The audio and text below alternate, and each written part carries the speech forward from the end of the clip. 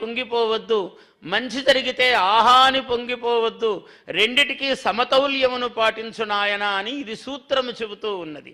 కాబట్టి ఉప్పు, కారము, చేదు, పులుపు, వగరు ఇన్ని కలిసినటువంటి 6 రుచుల సమ్మేళనముతో భగవత్ ప్రార్థనతో మనము తింటే తిండి భగవంతునికి నివేదనము చేసి మనము స్వీకరిస్తే అది ప్రసాదము. అటువంటి ప్రసాద స్వీకరణముతో ఈరోజు కాలం గడపాలయ్యా. ఏవం మాతృ పితృవందనం దేవ గురు సేవ అని అన్నాడు. అంటే తల్లిదండ్రులకు నమస్కరించి, అట్లనే అందుకే అద్భుతంగా తల్లికి వందనం అని పెట్టారు. ప్రభుత్వం ఎప్పుడు కూడా ప్రజలకు ఏది మేలు కావాలో, ఏ విధంగా మేలు జరుగుతుందో, ఉత్తమ సంస్కారాలు ప్రజల మనస్సులో ఎలా నాటాలో అది ప్రభుత్వం యొక్క కర్తవ్యము. అది మన ప్రభుత్వం చేస్తున్న పని. కాబట్టి మాతాపితృ దేవ గురు జన సంసేవనం ఏవం వత్సరారంభ క్రియా సర్వ సంపత్ ప్రదాయిని భవతి అన్నాడు. ఇలా ఈ వత్సరారంభ క్రియ సర్వ సంపత్ ప్రదాయిని అవుతూ ఉన్నది అని మనం ఇవాళ ఈ పంచాంగ శ్రవణమును ప్రారంభిస్తూ ఉన్నాం. ఈ ఎంత గొప్పదయ్యా విశ్వావసునామ సంవత్సరం. నేను కవిని కాబట్టి నాకు అవధానిని ఇది కూడా అలవాటే మధ్యలో. అంటే సర్వరంజకముగా మనోనురంజకముగా కేవలము శాస్త్రము శుష్కముగా చెబితే అంత ఇంపుగా ఉండదు.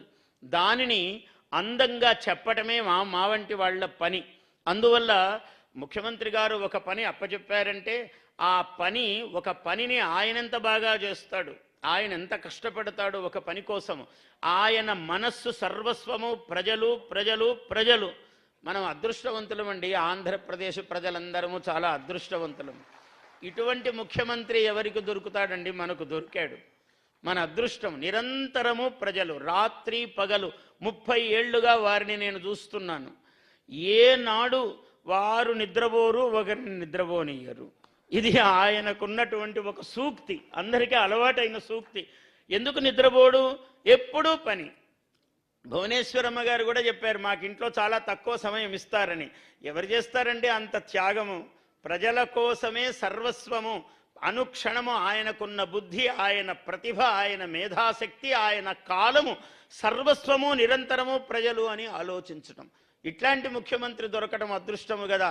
మనమంతా పుణ్యాత్ములము కదా, ఆయన్ని తెచ్చుకున్నాము.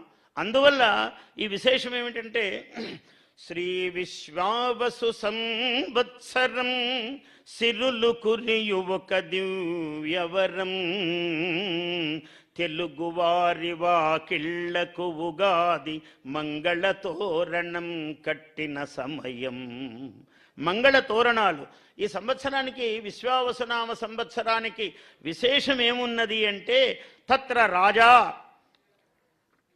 రాజా తత్ర దివాకరో హి భగవాన్ మంత్రి మధుశ్చంద్రమాహ. ఇక్కడ రాజు కర్మసాక్షి అయినటువంటి సూర్యుడు అయ్యాడు. కర్మసాక్షి అయినటువంటి సూర్యుడు రాజు అయ్యాడు ఈ సంవత్సరం. కర్మసాక్షి అంటే ఏమిటి? ఆయన ఒక్క క్షణం ఆగడు. చంద్రుడు సూర్యుడు ఇద్దరు అట్లాంటి వాళ్లే. ఎప్పుడు ఒక్క నిమిషం ఆగకుండా విశ్రాంతి లేకుండా పనిచేస్తూ ఉంటారు. అటువంటి ఆయన సూర్యుడేమో రాజు అయ్యాడు, చంద్రుడేమో మంత్రి అయ్యాడు, సైన్యాధ్యక్షుడేమో శనైశ్చరుడయ్యాడు. చూడండి, సైన్యాధ్యక్షుడు కొంచెం ఒకటి మీదికి దూకుడుగా వెళ్ళడం అంటే వెళ్ళడు. ఆయన కొంచెం ఆగి ఆలోచించి అవతలి వాళ్ళ మీద ఏమైనా చేయాలంటే ఆలోచిస్తుంటాడు. చంద్రబాబు గారు లాగానే. ఎందుకంటే ఆయన కూడా చంద్రశాసనుడు. అవసరమైతే చండశాసనుడు అవుతాడు, కానీ మామూలుగా చంద్రశాసనుడే. ఆయన చాలా మెత్తని శాసనం ఉంటుంది, కానీ ఎప్పుడు మెత్తగా ఉంటాడని అనుకొని పొరపాటు పడే అవకాశము లేదు. చండశాసనుడు ఎప్పుడు కావాలో ఆయనకు తెలుసు. అందువల్ల 2 లక్షణాలు ఉన్నాయి. ఈ సంవత్సరంలో ప్రత్యేకించి అది సూచిస్తూ ఉన్నాడు.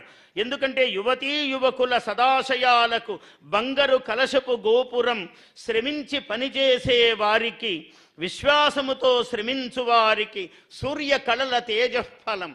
ఎవరైతే విశ్వాసంతో పనిచేస్తారో, శ్రమతో నిరంతరము శ్రమిస్తారో అటువంటి వాళ్లకు ఉత్తమమైన ఫలాన్ని ప్రసాదిస్తాడు ఈ సంవత్సరం సూర్యుడు. ఎందుకంటే ఆయన కర్మసాక్షి కాబట్టి. అంటే నువ్వు చేసిన పనికి అనుకూలముగానే ఫలమిస్తాడు. ఊరికే నువ్వు ఇంత పని చేసి ఇంత ఫలం కావాలంటే ఇవ్వడు ఆయన.